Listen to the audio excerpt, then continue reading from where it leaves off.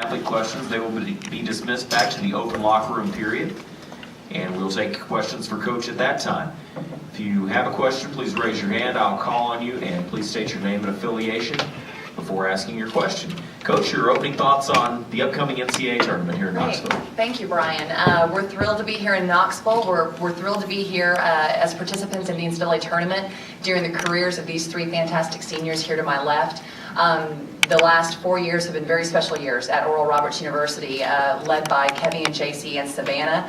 They've had outstanding careers there at ORU. We expected to be here experiencing this more than one time during their 4-year careers at ORU, and just like this class, they saved a little drama for us and made it happen at the very end on the final curtain call. But we were really excited. We were blessed to be a part of the Southland Conference this year for the very first time. I'm in my first year as taking over the reins as the head coach, so a lot of firsts for this year, and these three women to my left have really stayed consistent, have stayed faithful during this season, and their perseverance really paid off for them this past weekend in Katy, Texas. So, We'll take questions for the student athletes.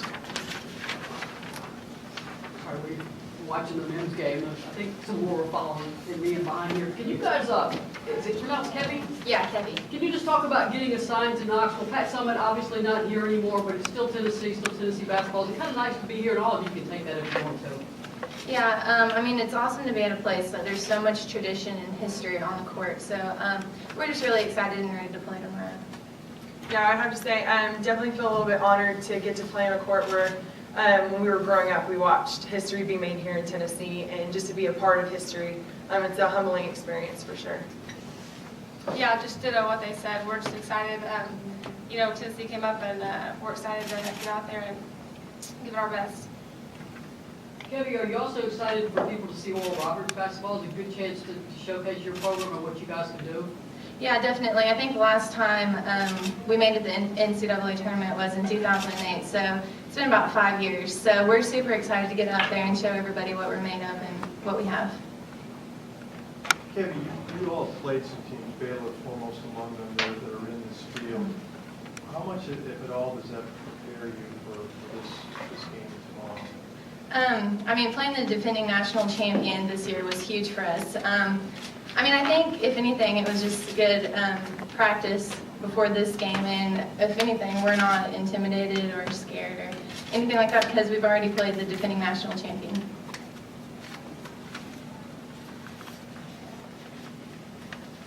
Can you tell me about your headbands? Is there a story behind it? We just like them a lot. That's it? That's the only story, we just like them. Fashion statement, yeah. We're actually trying to one-up Skylar Diggins, if you must know. But it's not a big deal. Do you have a question here in the front? Yeah, Mr. Kevi, what has it meant to you? You've had a great career here to close the NCAA tournament. What would it mean to actually go beyond your own tournament if you were able to beat Florida? If we were able to pull the upset tomorrow, I mean, we would be making history at Oral Roberts, and no one's ever won an NCAA tournament yet. So ending my career in the NCAA tournament, if anything, is just the greatest honor that I've had my entire career. Savanna, you guys had to wait a long time because that was the last read. You knew you were in, but you didn't know where you were going. How was it? What was it like waiting until the end of that show to finally figure it out? As you saw Baylor and Stanford and all those teams kind of go up, it was kind of like a deep breath, like, okay, well, where are we going to be? What are we going to be doing? You know, it kind of just drug out the experience, but it made it a lot more special in a sense, just because, you know, you kind of saved the best for last. Any other questions for the student athletes? Kevi, talk about just getting this program back to the tournament. I mean, what that means not only for you as a senior, you seniors, but for the program going forward. Yeah, I mean, to make the NCAA tournament is a huge deal for any team across the nation. So to be able to put ORU back on the map in women's basketball is just a huge deal, and we're just very honored that we have the talents and abilities and coaching staff that we were able to do that for ORU. Is it pronounced Jaci or? Yes. The Women's Basketball Hall of Fame that's right across the street, is that something you guys might get to do? I know you're here for a game, but you get to do something like maybe take in some of the city while you're here? Yeah, I think so. I think a few of our girls have already moseyed over there and checked it out. So I think that's something maybe we'll do in our free time, but first and foremost, we're going to get the win, and then we'll take care of that business. Any other questions? You guys just talk about, I mean, it's odds stacked against you, but, you know, what expectations does this locker room have as far as tomorrow's game goes? I mean, I think as any team's expectations should be, the expectation should be to go out and win. So, you know, we're ready and we're preparing ourselves. And like I said, you know, it's Tennessee, they're number 2 seed, and we're not intimidated at all. We're just ready to go out there and play as hard as we can and give it all we have.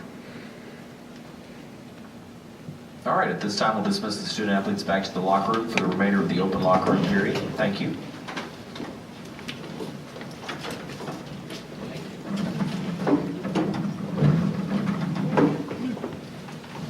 We'll now take questions for Coach. Just, what is Kevi on? I know I see the numbers here, number 16 score in Division I history. Just what's Kevi meant to this program in the last couple of years? Kevi has been the face of our program for the past 4 years, and she's been very worthy of that, obviously, by the numbers that she has put up, the consistency with which she has put those numbers up. When you've got a player that hits the 1,000-point mark in December of her sophomore year in college, you know you have a special player as far as what she's able to do for you offensively. She is as consistent and I'm as proud of her off the floor as I am off the floor from the career that she's had. These 3 young women who are here to my left are really just fantastic representation of not only our program but of our university. So it would not have been complete without an opportunity to participate in the NCAA tournament with the special career that this senior class has had. Coach, you're obviously familiar with Tennessee when Pat Summit was here. Now Holly's taken over. I don't know how much film you've been able to watch at Tennessee, but what do you see maybe similar and the same from the transition from Pat to Holly? Well, you know, Tennessee athletically has always had such premier players coming out of high school, and the level of players that they bring in are players that are able to contribute from their freshman year on. You know, you look at a Bashara Graves. Am I pronouncing Bashara's name correctly? You know, you look at a player like Bashara who just has been, you know, the word that goes all around the SEC is, you know, that she's a beast. You know, and to be able to come out of high school and make that transition her freshman year in college, I think that's something you see perennially here at the University of Tennessee, because the elite level of recruit that they're able to bring in with their rich tradition, I see that continuing, you know, with Coach Warlick and with her staff as well. They have multiple offensive threats. They continue to receive the crowd support and the community support that they've always received. So I think Holly was a huge part of the tradition that Coach Summit's created here at the University of Tennessee as a longtime assistant. And so she's put a lot of time and effort into the foundation building blocks of this program as well.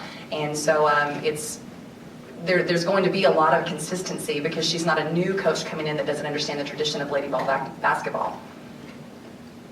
We talked about, you know, how your players earlier this week, how they seem to be really embracing this opportunity to come here and play in this game. Do you feel like that's carrying forward through the week and once you've got here?